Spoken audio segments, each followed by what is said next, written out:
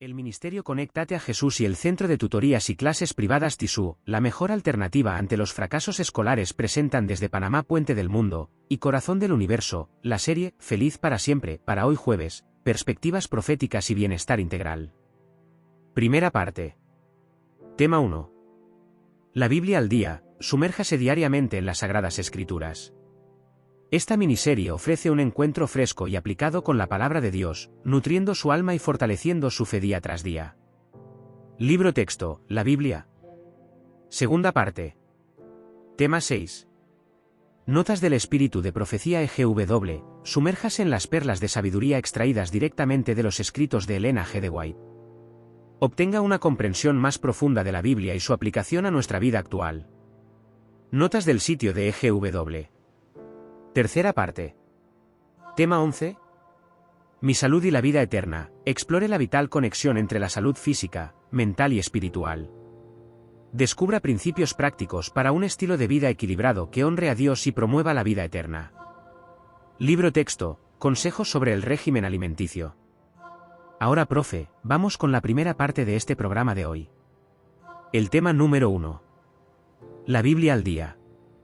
El capítulo de Filemón presentado sin la numeración de versículos. Pablo, prisionero de Jesucristo, y el hermano Timoteo, al amado Filemón, colaborador nuestro, y a la amada hermana Apia, y a Arquipo nuestro compañero de milicia, y a la iglesia que está en tu casa, gracia y paz a vosotros, de Dios nuestro Padre y del Señor Jesucristo.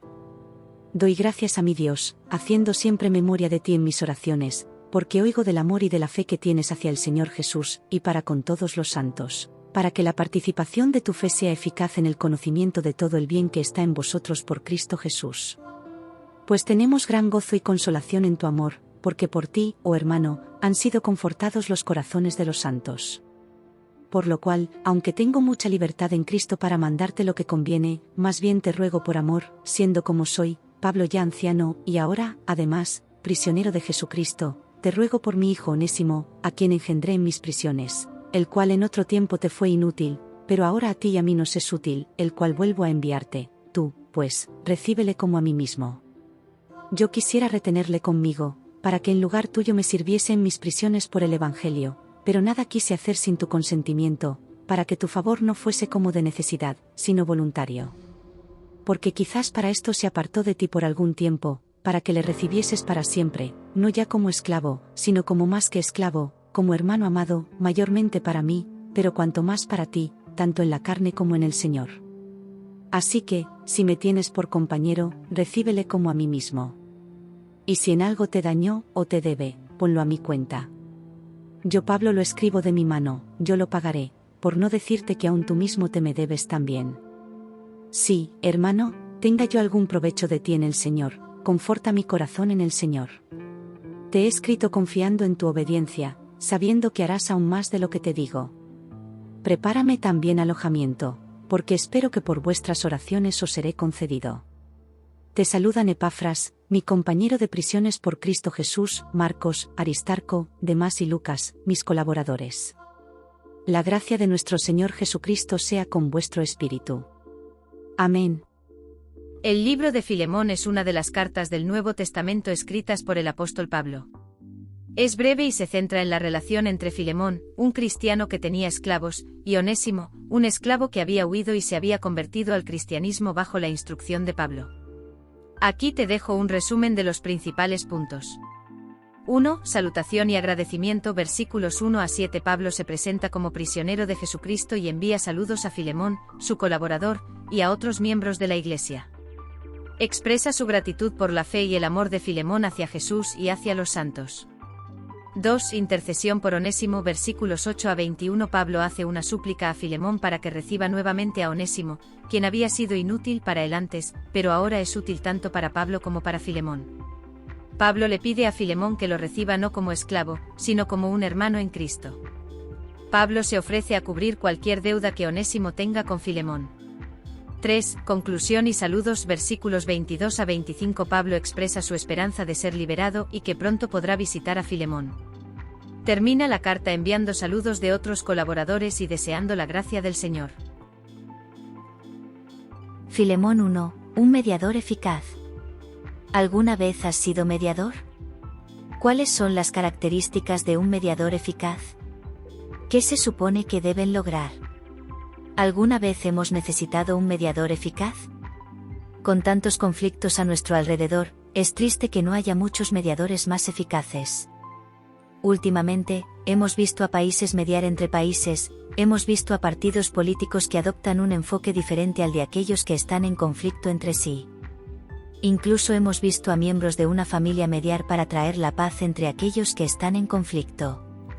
Uno de los cursos que tomamos mientras laborábamos fue resolución de conflictos.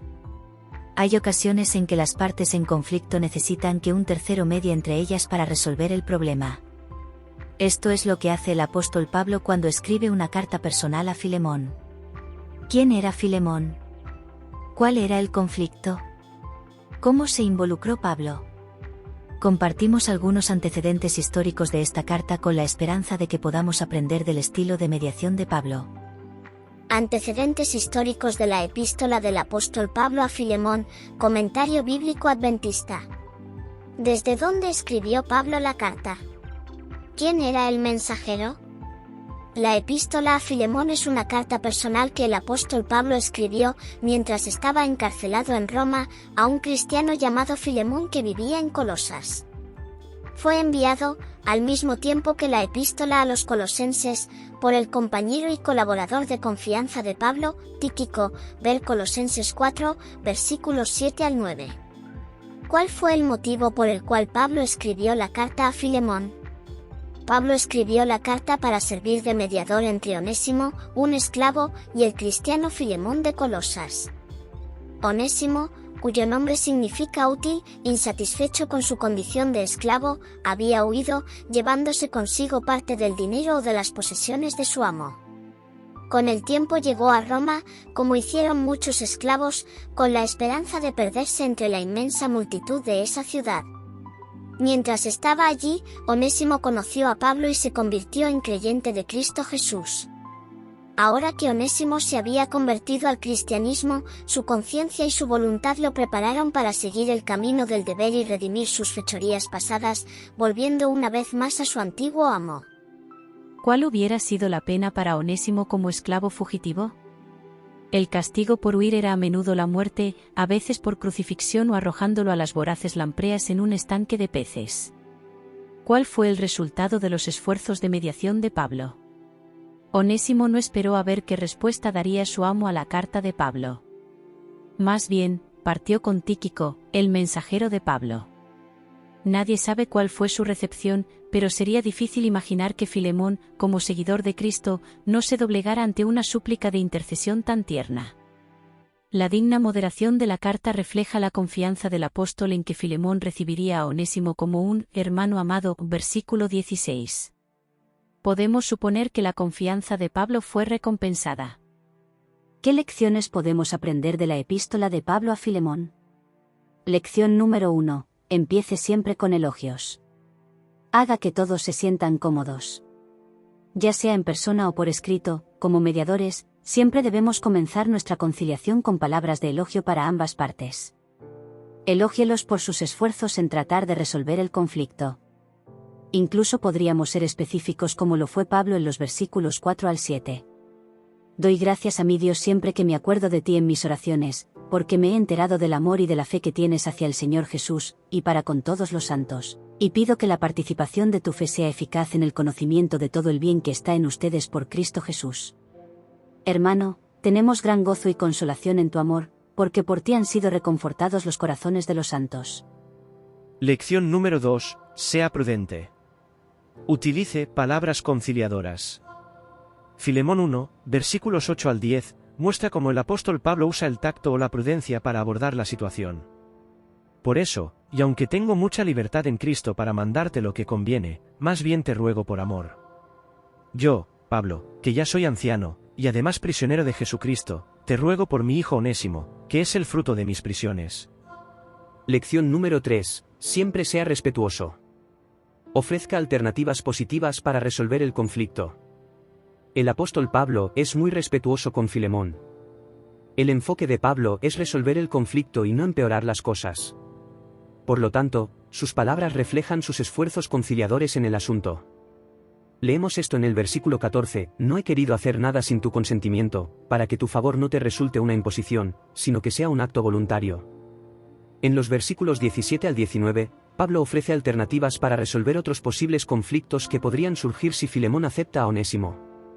Leemos los versículos 17 al 19 a continuación, así que, si me consideras tu compañero, recíbelo como si fuera yo mismo. Y si algún daño te causó, o si te debe algo, ponlo a mi cuenta. Yo, Pablo, escribo esto de mi puño y letra, yo te lo pagaré, por no decir que tú mismo estás en deuda conmigo. Conclusión. ¿Cuántos de nosotros asumiríamos la deuda de alguien para resolver un conflicto entre partes? Bueno, Jesús lo hizo. Él tomó nuestra deuda, una suma tan grande que no podríamos pagarla en toda nuestra vida. Él pagó por ella con su propia vida para que podamos ser libres de la pena del pecado, que es la muerte, y heredar la vida eterna. Y ahora, Jesús se ha convertido en nuestro mediador entre nosotros y el Padre, no porque nuestro Padre esté enfadado con nosotros, sino porque somos tan pecadores que no podemos acercarnos a Dios y vivir. Porque hay un solo Dios, y un solo mediador entre Dios y los hombres, que es Jesucristo, hombre, 1 de Timoteo 2, versículo 5. El único medio por el que el pecador puede reconciliarse con Dios es a través de Jesús. Y Jesús nos reconcilió con Dios cuando todavía éramos sus enemigos. Romanos 5, versículos 1 y 2, dice lo siguiente, porque, si cuando éramos enemigos de Dios fuimos reconciliados con Él mediante la muerte de su Hijo, mucho más ahora, que estamos reconciliados, seremos salvados por su vida. Jesús está mediando por nosotros en el santuario celestial. Mientras Él está allí, podemos acudir a Él, confesar nuestros pecados, limpiar nuestro historial de pecados y reconciliarnos con el Padre. Pero Él no permanecerá en esta posición como mediador para siempre. Un día, dirá, el que es injusto, haga injusticia todavía. El que es impuro, sea impuro todavía. El que es justo, haga justicia todavía, y el que es santo, santifíquese todavía. Apocalipsis 22, versículo 11. Una vez que se complete su mediación, regresará a esta tierra por segunda vez. He aquí vengo pronto, y mi recompensa conmigo, para pagar a cada uno, según sean sus obras. Apocalipsis 22, versículo 12. Nuestro llamado hoy es aceptar la mediación de Jesús mientras aún está en el santuario celestial. No sabemos cuánto tiempo más seguirá allí. Pero sabemos que el momento de su segunda venida está muy cerca. Las señales de su segunda venida se están cumpliendo ante nuestros propios ojos. Busquemos a Jesús mientras pueda ser hallado en su posición de mediador. Mañana puede ser demasiado tarde. Bendiciones. Muchas gracias, profesores, por el excelente análisis de la primera parte del programa de hoy. Vamos ahora con la segunda parte. El tema número 6. Las notas del espíritu de profecía escritas por Elena G. de White para la lección de esta semana. Adelante, profesoras. Lección 9 en los Salmos, segunda parte, 31 de mayo de 2025. Sábado 24 de mayo. Espíritu de profecía. El Salvador sabía que ningún argumento, por lógico que fuera, podría ablandar los duros corazones o traspasar la costra de la mundanalidad y el egoísmo. Sabía que los discípulos habrían de recibir la dotación celestial, que el Evangelio sería eficaz solo en la medida en que fuera proclamado por corazones encendidos y labios hechos elocuentes por el conocimiento vivo de aquel que es el camino, la verdad y la vida. La obra encomendada a los discípulos requeriría gran eficiencia, porque la corriente del mal que fluía contra ellos era profunda y fuerte. Estaba al frente de las fuerzas de las tinieblas un caudillo vigilante y resuelto, y los seguidores de Cristo podrían batallar por el bien solo mediante la ayuda que Dios, por su Espíritu, les diera. Los Hechos de los Apóstoles, página 25. Domingo 25 de mayo. Espíritu de profecía. En todos los que reciben la preparación divina, debe revelarse una vida que no está en armonía con el mundo, sus costumbres o prácticas, y cada uno necesita tener experiencia personal en cuanto a obtener el conocimiento de la voluntad de Dios. Debemos oírle individualmente hablarnos al corazón. Cuando todas las demás voces quedan acalladas, y en la quietud esperamos delante de Él, el silencio del alma hace más distinta la voz de Dios. Nos invita, estad quietos y conoced que yo soy Dios. Solamente allí puede encontrarse verdadero descanso. Y esta es la preparación eficaz para todo trabajo que se haya de realizar para Dios. Entre la muchedumbre apresurada y el recargo de las intensas actividades de la vida, el alma que es así refrigerada quedará rodeada de una atmósfera de luz y de paz. La vida respirará fragancia y revelará un poder divino que alcanzará a los corazones humanos. El deseado de todas las gentes, capítulo 38. Venid, reposad un poco, página 331. Lunes 26 de mayo. Espíritu de profecía. Nos hallamos todavía en medio de las sombras y el torbellino de las actividades terrenales. Consideremos con sumo fervor el bienaventurado más allá. Que nuestra fe penetre a través de toda nube de tinieblas, y contemplemos a aquel que murió por los pecados del mundo. Abrió las puertas del paraíso para todos los que le reciban y crean en él. Les da la potestad de llegar a ser hijos e hijas de Dios. Permitamos que las aflicciones que tanto nos apenan y agravian sean lecciones instructivas, que nos enseñen a avanzar hacia el blanco del premio de nuestra alta vocación en Cristo. Sintámonos alentados por el pensamiento de que el Señor vendrá pronto. Alegre nuestro corazón esta esperanza. Aún un poquito, y el que ha de venir vendrá, y no tardará. Hebreos 10, 37. Bienaventurados son aquellos siervos que, cuando venga su Señor, sean hallados velando. La segunda venida y el cielo, página 152. Martes 27 de mayo. Espíritu de profecía. El reino de la gracia de Dios se está estableciendo, a medida que ahora, día tras día, los corazones que estaban llenos de pecado y rebelión se someten a la soberanía de su amor. Pero el establecimiento completo del reino de su gloria no se producirá hasta la segunda venida de Cristo a este mundo. El reino y el dominio y la majestad de los reinos debajo de todo el cielo serán dados al pueblo de los santos del Altísimo. Heredarán el reino preparado para ellos desde la fundación del mundo. Cristo asumirá entonces su gran poder y reinará. Las puertas del cielo se abrirán otra vez y nuestro Salvador, acompañado de millones de santos, saldrá como Rey de Reyes y Señor de Señores. Jehová Emmanuel será Rey sobre toda la tierra. En aquel día Jehová será uno, y uno su nombre. El tabernáculo de Dios estará con los hombres y Dios morará con ellos, y ellos serán su pueblo, y Dios mismo estará con ellos como su Dios. Jesús dijo, sin embargo, que antes de aquella venida, será predicado este evangelio del reino en todo el mundo, para testimonio a todas las naciones. Su reino no vendrá hasta que las buenas nuevas de su gracia se hayan proclamado a toda la tierra. De ahí que, al entregarnos a Dios y ganar a otras almas para Él, apresuramos la venida de su reino. Únicamente aquellos que se dedican a servirle diciendo, heme aquí, envíame a mí, para abrir los ojos de los ciegos, para apartar a los hombres de las tinieblas a la luz, y de la potestad de Satanás a Dios, para que reciban, por la fe, perdón de pecados y herencia entre los santificados, solamente estos oran con sinceridad, venga tu reino. El discurso maestro de Jesucristo, página 93. Miércoles 28 de mayo. Espíritu de profecía. Es el propósito de Dios manifestar por su pueblo los principios de su reino. A fin de que en su vida y carácter se revelen estos principios, Él desea separarlos de las costumbres, hábitos y prácticas del mundo. Procura acercarlos más a sí, a fin de hacerles conocer su voluntad. Su propósito hacia su pueblo de hoy es el mismo que tuvo para con Israel cuando lo sacó de Egipto. Contemplando la bondad, la misericordia y el amor de Dios revelados en su Iglesia, el mundo ha de tener una representación de su carácter.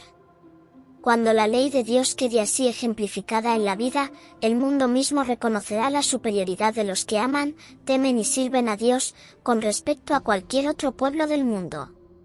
Consejos para los maestros, página 305. Jueves 29 de mayo. Espíritu de profecía. En cada generación Dios envió siervos suyos para reprobar el pecado tanto en el mundo como en la Iglesia. Pero los hombres desean que se les digan cosas agradables, y no gustan de la verdad clara y pura. Muchos reformadores, al principiar su obra, resolvieron proceder con gran prudencia al atacar los pecados de la Iglesia y de la nación. Esperaban que mediante el ejemplo de una vida cristiana y pura, llevarían de nuevo al pueblo a las doctrinas de la Biblia.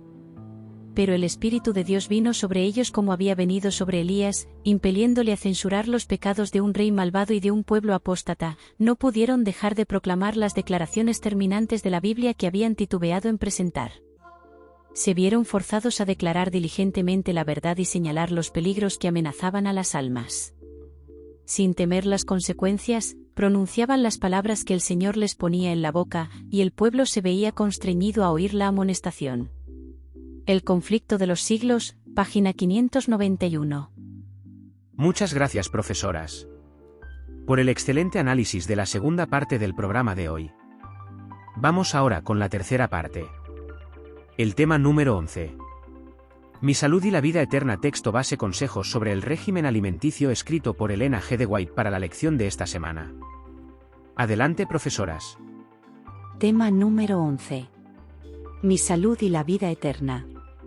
Libro. Consejos sobre el régimen alimenticio. Escritos de Elena G. de White. Prólogo. Décadas antes que los fisiólogos se hubieran preocupado en general de la estrecha relación que existe entre el régimen alimenticio y la salud, la señora Elena G. de White, al describir las visiones que le fueron presentadas en 1863, señaló claramente la relación que hay entre los alimentos que tomamos, por una parte, y nuestro bienestar físico y espiritual por la otra.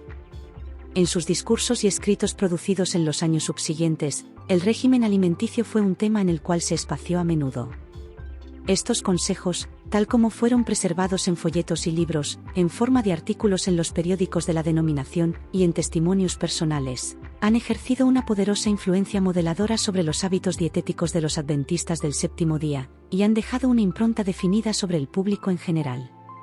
Debido a que solo una parte de estos consejos, con todos sus detalles, resultaba generalmente accesible a los estudiosos e investigadores, en 1926 se publicó, en un volumen a la rústica titulado Testimony Studies on Diet and Foods, Estudios de los testimonios sobre el régimen y la alimentación, una compilación de muchas de las declaraciones más antiguas, junto con lo que se hallaba en los libros en circulación de Elena G. de White.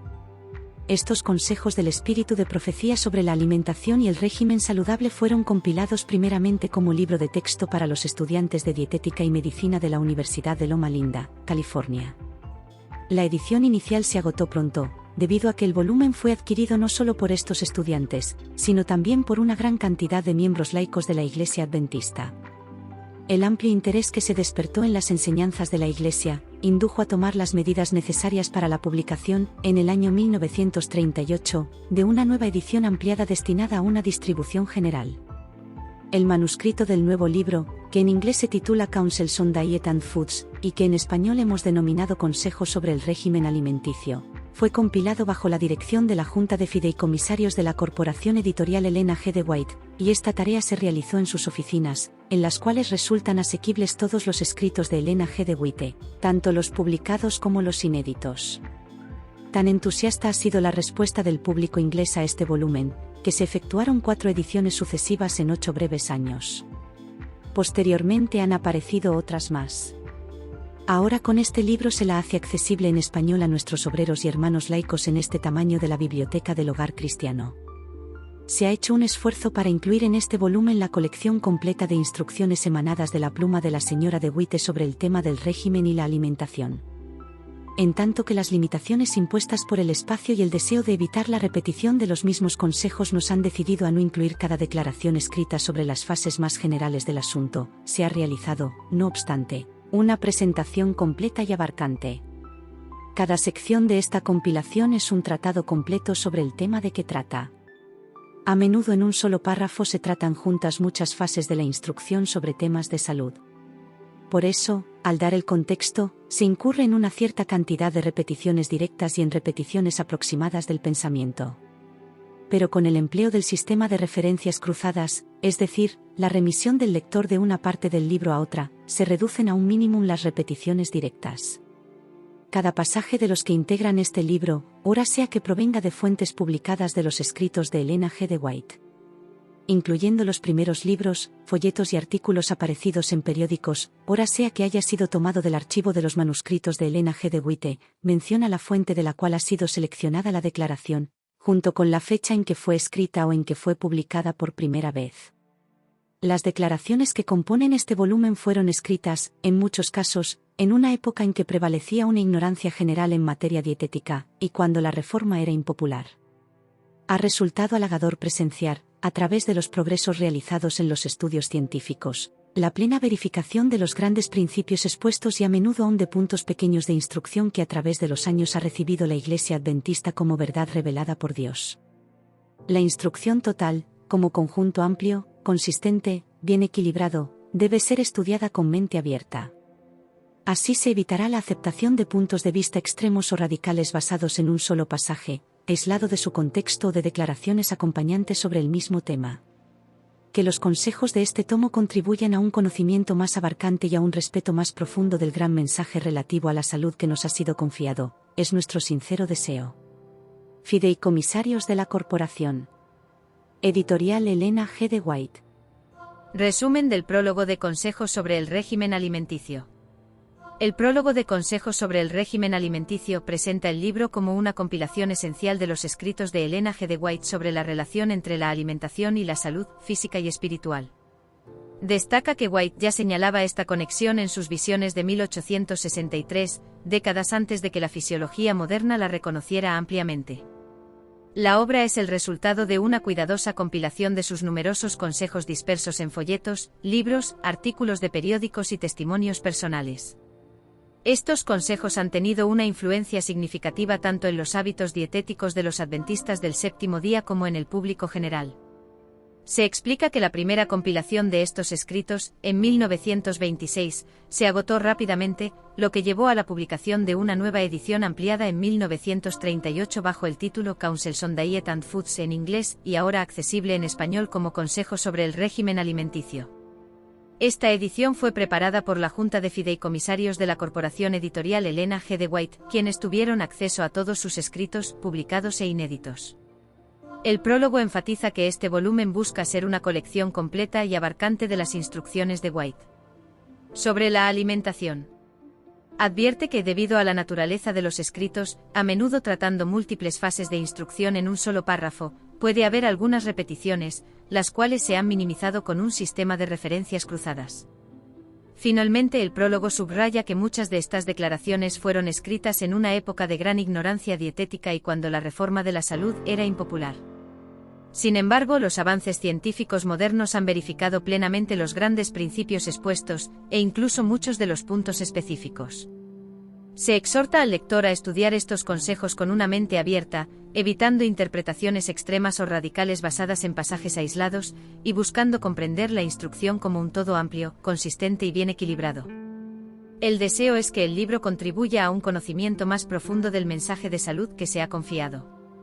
Este prólogo establece la autoridad y la relevancia profética de los consejos de salud de Elena G. de White, contextualizando su origen y su validación a lo largo del tiempo. Pregunta para reflexionar. ¿Le gustaría participar de este estudio y análisis detallado? Por favor, dele a me gusta si su respuesta es sí. Bendiciones. Nuestro lema. Al que el Señor llama, capacita. Al que envía, acompaña. Siempre gozosos conectados a Jesús y al Espíritu Santo a través de la Biblia. Todos juntos, rumbo al cielo.